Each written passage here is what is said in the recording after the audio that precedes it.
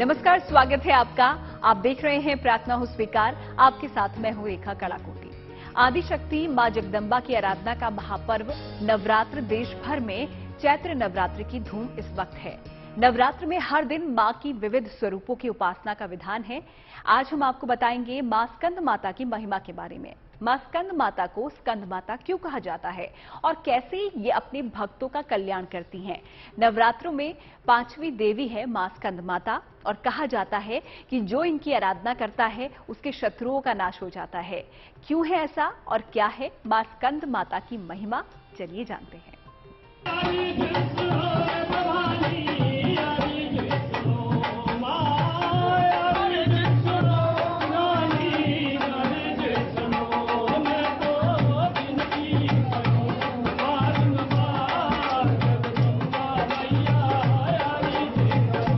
मां स्कंद माता, जिनकी आराधना से जीवन की सभी इच्छाएं पूर्ण हो जाती हैं।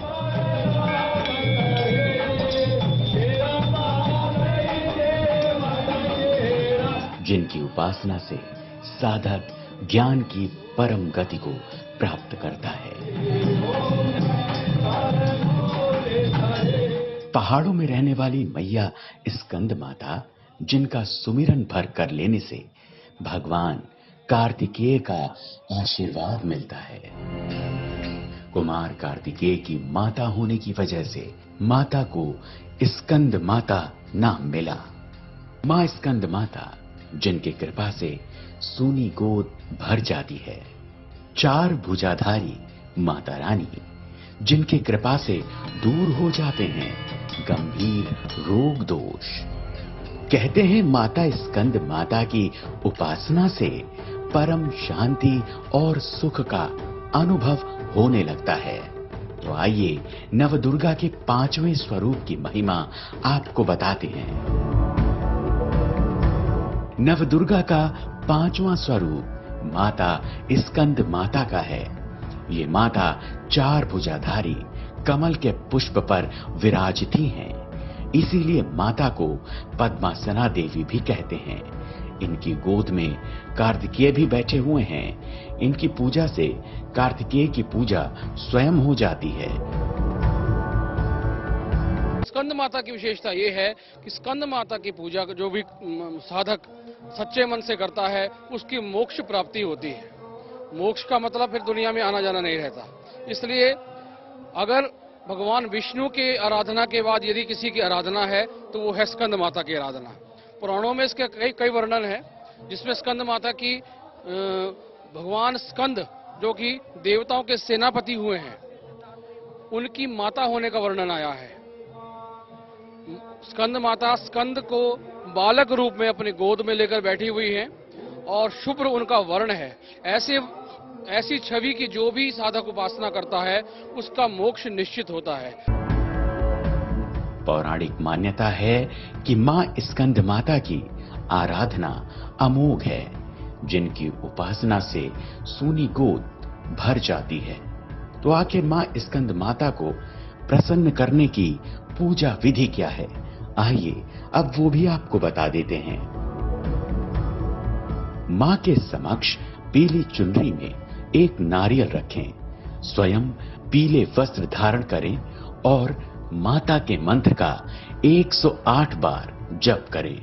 माता का मंत्र है नंद गोप गृहे जादा यशोदा गर्भ संभव ततस्तो नाशयिष्यामि विंध्याचली निवासिनी।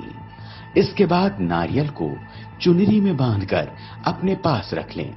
इसको अपने शयन कक्ष के सिराहने पर रखें। स्कंद माता की पूजा से संतान की प्राप्ति सरलता से हो सकती है। इसके अलावा संतान से कोई कष्ट हो रहा हो तो उसका भी अंत हो जाएगा। स्कंद माता की पूजा में पीले फूल अर्पित करें और पीली चीजों का भोग लगाएं। स्कंद माता से जुड़ा हुआ मंत्र जो है दुर्गा सप्तशती में है। माता का मंत्र विशेष रूप से तो माता के 3 रूपों से ऐं ह्रीं क्लीं माता चामुंडाई विच्चे से माता की पूजा की जाती है। यदि विशेष रूप से भी स्कंद मात्रे नमः उच्चारण करके भी, माता का नाम लेकर भी पूजा करे साधक, तो भी उसकी जो है मोक्ष, उसकी जो मनोकामना है वो पूर्ण होना निश्चित है। किसी भी पूजा को संपूर्ण तभी माना जाता है जब आप अपने आराध्य को कोई प्रिय वस्तु समर्पित करते हैं। तो चलिए अब आपको ये भी बताते हैं कि वो विशेष भोग प्रसाद क्या होगा जिसके अर्पण करने से मां स्कंद माता प्रसन्न होती हैं। मां स्कंद माता को केले का भोग लगाएं। इसके बाद इसको प्रसाद के रूप में ग्रहण करें। संतान और स्वास्थ्य दोनों की बाधाएं दूर होंगी। शास्त्रों में मां स्कंद माता की महिमा बताई गई है। इनकी उपासना से भक्त की सारी मनोकामनाएं, इच्छाएं पूरी होती हैं। भक्त को मोक्ष मिलता है। सूर्यमंडल की अधिष्ठात्री देवी होने के कारण इनकी उपासना अलौकिक तेज और कांतिमय वाली होती है। इसीलिए मन को एकाग्र रखकर, पवित्र रखकर मां स्कंद माता की आराधना करने वाले भक्तों को भवसागर पार करने में कठिनाई बिल्कुल नहीं आती। Bureau report, good news today. मां स्कंद माता की महिमा के बाद अब चलते हैं देवी के एक और अलौकिक दर पर, मां काली के दरबार में। मां काली के दरबार में अर्जी देने वाले की हर मर्जी पूरी होती है। मां काली की उपासना करने से सभी कष्टों और भय का नाश हो जाता है। तो चलिए मां कालका जी की महिमा जानते हैं।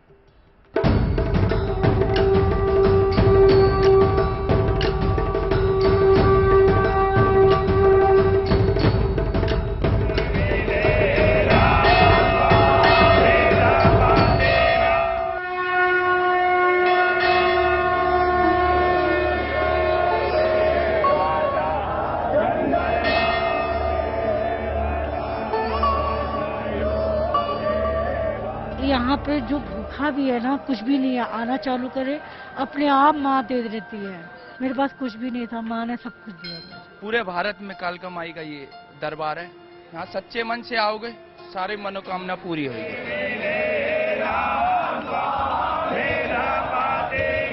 सारी उन्हीं की इच्छा पे चल रहा हूँ, बस सारी मनोकामना पूरी होगी। मैरिड नहीं थी जब आई थी, मैं कुंवारी से मांगती हूँ, जब से मेरी मनोकामना हर पूरी हुई है।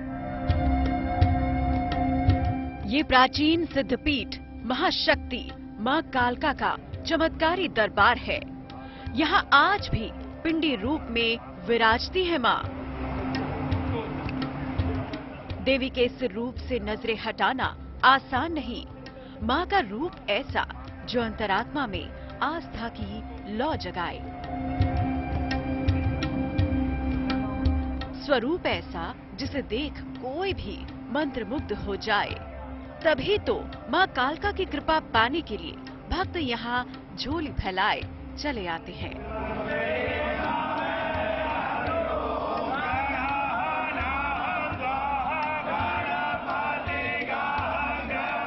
कहते हैं मां कालका यहाँ जागृत रूप में विराजती है। मां के इस अलौकिक स्वरूप का साक्षात्कार करके भक्तों के हृदय में विश्वास की लौ जल उठती है, जिसे मां कालका कभी बुझने नहीं देती। आंसुओं में बहती हुई भक्तों की भावनाएं बयां करती है मां के उन चमत्कारों को जिनके प्रताप से उनकी खाली झोली खुशियों से भर गई। इतना देती है माई, कोई कमी नहीं है इसमें। हाँ जी, मतलब 20 साल से आ रही हूँ, 20 साल हो गए भाई मुझे ऐसा आते आते, पर माई का ही दिया हुआ सब कुछ। आज भी मैं ये कहती हूँ मुझे मैया ने सब कुछ दिया। भावुक क्यों हो गई, रोने के लिए? इसकी भावना है, इसकी भावना है, बहुत देती है। ये हम भिखारी हैं, ये हमारी माँ है। जब टूट जाती है सारी उम्मीदें तो उन्हें जोड़ता है विश्वास, वो विश्वास जो इस दर पर आने वाले हर इंसान को मिलता है मां के प्रति प्रगाढ़ भक्ति की शक्ति से। कम से कम 30 साल से आ रही हूँ और मेरा सब कुछ जो दिया है वो माता रानी ने ही दिया है। मेरी बिल्कुल उम्मीद टूट गई थी सब चीजों की, मगर यहाँ से मुझे सब कुछ मिला है और सब कुछ किया है माता रानी ने और सबकी मुराद पूरी करती है। दिल्ली की सूर्यकुट पहाड़ियों पर बने इस मंदिर का इतिहास महाभारत काल से जुड़ा है।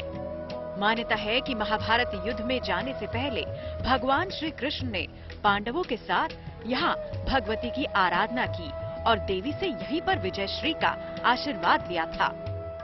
तो महाभारत काल में ऐसा कहा जाता है, जिस समय इंद्रप्रस्थ की स्थापना हुई तो उस समय मायावी दानव ने आसपास के संपूर्ण क्षेत्र को अपनी माया के प्रभाव से जलाकर खाक कर दिया, लेकिन ये क्षेत्र उसकी माया के प्रभाव से अछूता रहा, जिससे पांडवों को बहुत आश्चर्य हुआ और उन्होंने यहाँ आकर देखा कि ऐसी कौन सी शक्ति यहाँ विराजमान है जिसके कारण उस मायावी दानव के माया का प्रभाव इस पर नहीं हुआ। तब उन्होंने भगवती की यहाँ पूजा अर्चना की और युद्ध में विजयी होने का वरदान प्राप्त किया। माँ कालका के इस भव्य मंदिर में सदियों से एक दिव्य ज्योति प्रज्वलित है। कोई नहीं जानता कि इस अखंड ज्योति का स्रोत क्या है, पहली बार इसे किसने जलाया और इतने सालों से आखिर आज भी आस्था की ये ज्योति कैसे झिलमिला रही है। हाँ, लेकिन इतना जरूर कहा जाता है कि इस दिव्य ज्योति के दर्शन मात्र से जीवन के कष्टों से परे मन को शांति मिल जाती है। माँ कालका का ये दरबार मनोकामना सिद्धपीठ के नाम से विख्यात है। जो भक्त सच्चे मन से माँ के दरबार में लगातार 40 दिन तक हाजिरी लगाता है, उसकी मनोकामना जरूर पूरी होती है। इस समय मेरा सब कुछ दांव पे लगा हुआ है। मैं घर से बेघर हुई पड़ी हूँ, पर मुझे यकीन है कि मेरी माँ होते हुए मुझे सड़क पे नहीं लाएगी, मेरे बच्चों को नहीं रुलाएगी। माँ उनके साथ इंसाफ करेगी। कालका मैया मनोकामना पूरी करती, तभी मैं आई हूँ। 40 हो रहे हैं मेरे और 40 मैं कर रही हूँ। रोज दरबार में आ रही हूँ, मत्था कर टेकने आ रही हूँ। मां के दिव्य स्वरूप का तेज इतना शक्तिशाली है कि दूर दूर से भक्त यहां मां के दर्शन के लिए आते हैं। मान्यता है कि यहां पर मां के 2 स्वरूपों की पूजा होती है, एक है मां महाकाली और दूसरी है मां कौशिकी। माँ कालका के इस दरबार की शक्तिपीठ बन जाने की कथा महाभारत से भी पहले की है। ऐसा माना जाता है कि आदिकाल में जब राक्षसों के अत्याचार बढ़ने लगे तो देवताओं ने शक्ति के लिए यहाँ पर माँ भगवती की पूजा की। तब माँ ने रौद्र रूप धरकर रक्त बीज समेत समस्त दैत्यों का संहार कर दिया। आपको ये जानकारी तो होगी ही कि ग्रहण के दौरान देश के सभी मंदिरों के कपाट बंद रहते हैं सिवाय शिव मंदिर के, लेकिन माता का ये मंदिर ग्रहण के दौरान भी खुला रहता है और इसकी भी एक खास वजह है। इस मंदिर के 12 दरवाजे जो 12 राशियों को दर्शाते हैं। शक्ति की प्रतिमूर्ति माँ कालका के इस दरबार से कोई खाली हाथ नहीं लौटता। माँ कालका की असीम अनुकंपा भक्तों पर सदा बनी रहती है।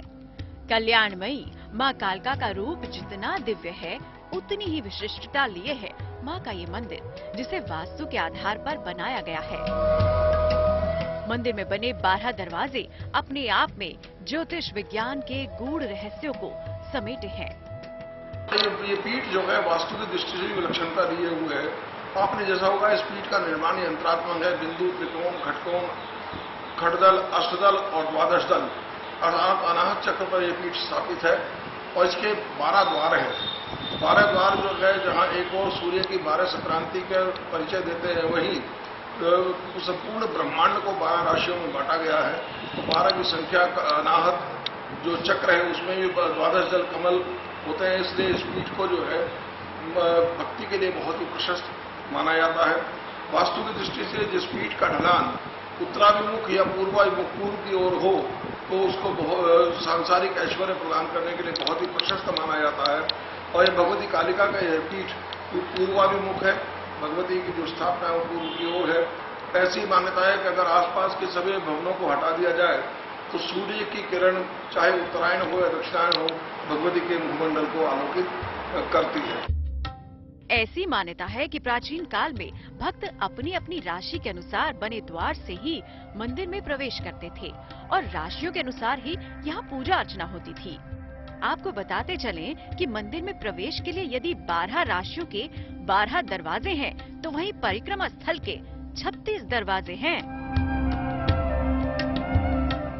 ये भी रोचक बात है कि ग्रहण के दौरान जहां संसार भर में मंदिरों के कपाट बंद कर दिए जाते हैं, वहीं मां कालका ग्रहण के अंधकार में भी भक्तों पर अपनी कृपा का उजाला बरसाना नहीं भूलती। माना जाता है कि सभी ग्रह मां कालका के अधीन है। ऐसे में शक्ति स्वरूपा मां कालका ग्रहण के दौरान भी भक्तों को ग्रहण से उपजे सभी ग्रह दोषों से बचाए रखती हैं। प्रार्थना हो स्वीकार में आज की यात्रा यहीं समाप्त करते हैं। फिर होगी आपसे मुलाकात, लेकर चलेंगे आपको एक और दिव्यधाम की तीर्थ यात्रा पर। तब तक के लिए आप देखते रहिए गुड न्यूज टुडे।